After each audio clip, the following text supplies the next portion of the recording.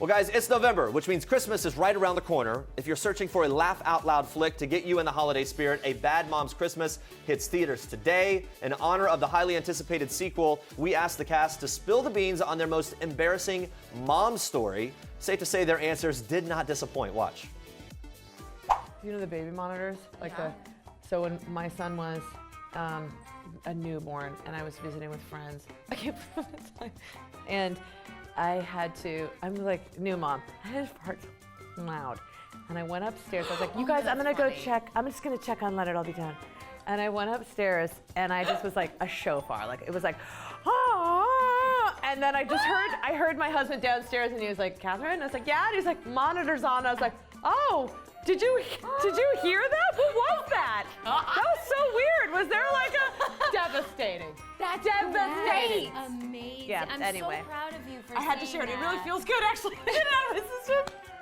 Look at Kevin! But we were crying, we were laughing so hard. Anyway, new mom story. That was a new mom story. Everything's shifting. Thanks, guys. Let's hear it for Kathryn for sharing that, for feeling open enough to share share that with us. There you go. I got one, but I wasn't really embarrassed. I felt more bad for the UPS guy. Like, I was like, oh, I'm sorry. With my first day and my second, my door was unlocked, and my UPS guy's really sweet, and I've had him for years, and he always kind of drops off a package, but you can see him through the glass window.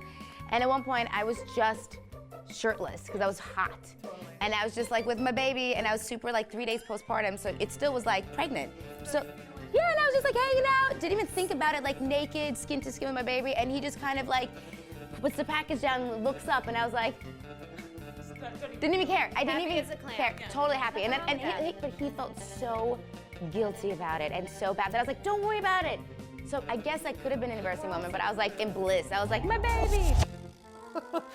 Oh, amazing. And I speak from experience when I say every parent can relate to all those kinds of moments. And while we're talking mommyhood, the film star Mila Kunis currently has 2 children with husband Ashton Kutcher. But is she itching for a third? Watch. You know what? As far as I know, I only have 2. I will only have 2. But I have heard 2 to 3 is the hard one. Well, now, right now, we're fine. One hand, one eye, one eye. Yeah. 2 peoples, 2 kids. I gotcha. Yeah. Put third It's one a in there, table. one of them's off. I don't know what to the races.